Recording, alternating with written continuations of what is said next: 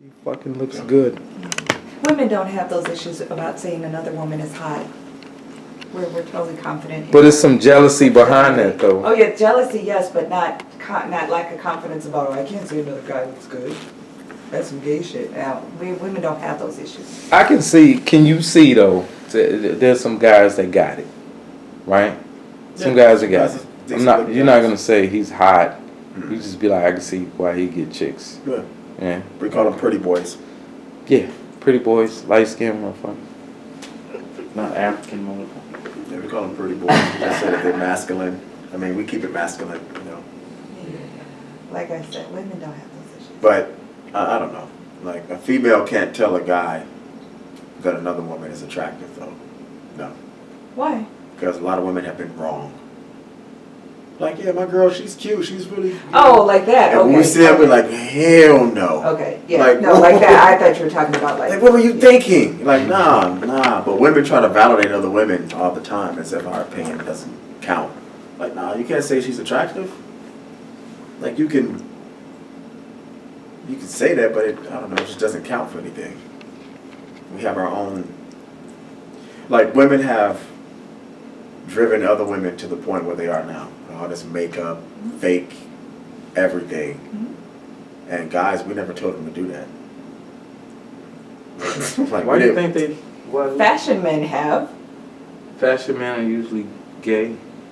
Okay, so I don't disagree that other women have. Yeah, there's a lot of hating going on there, causing those issues. I can't disagree with that because I was a very hated young lady in school by all the girls. They hated me for. Long hair, they hated me for.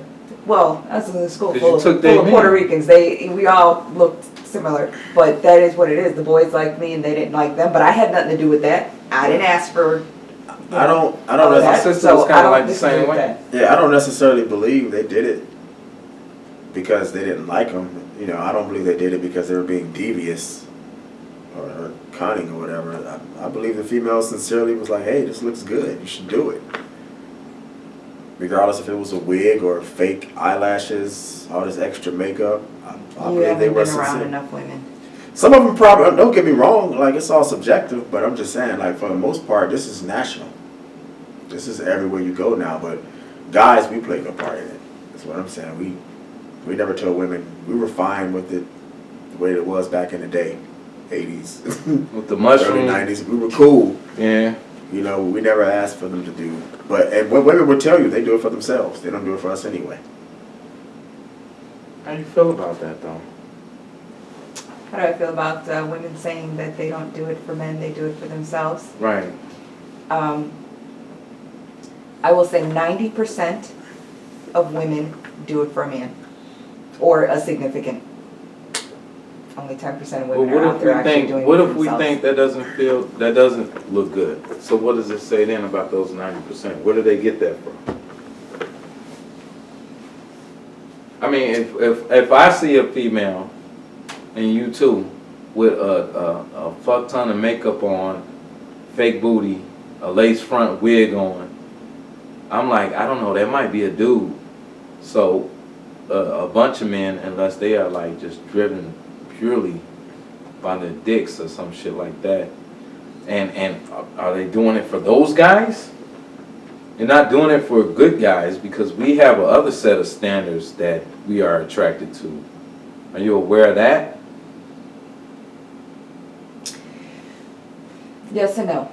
So let's start with the no. I think part of the biggest issue is that there's too many fairy tales, too many movies, too many books, too many romance novels that laid out the expectation. Okay.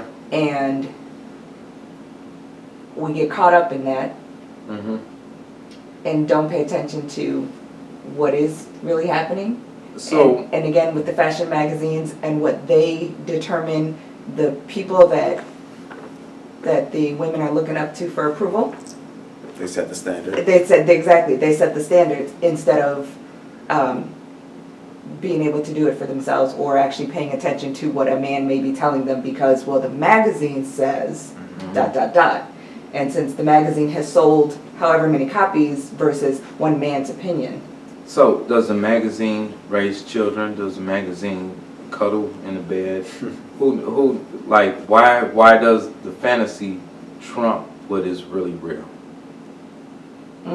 That's a good question if I knew the answer to that. All right, that's what The we're here to fantasies find out. What sound you think, Quest? awesome.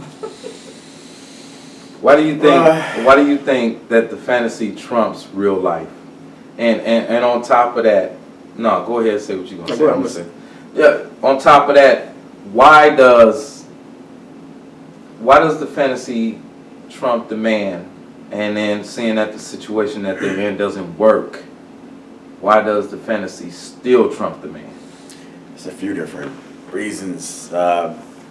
Most women have been groomed to just hate men for the most part. You know, feminism, they've adopted, you know, this feminism, number one.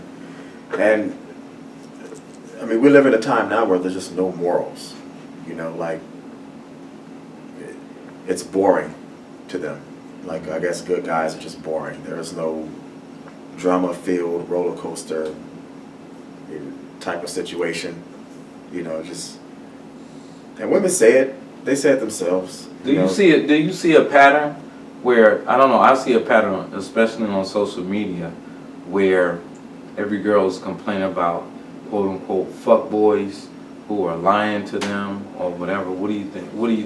Is that what it is? Is that people telling them what they want, the fantasy, but then the realism comes out? Honestly, I believe they love to complain. Really? Yeah, this is what it is. I mean, I give you once, maybe twice, to actually fall for a situation, but your whole life, your entire life, it's bullshit. It's a smokescreen. They like to complain. I mean, women choose the type of man that they identify with. They choose who they are. And in most cases, we can't take their word for it.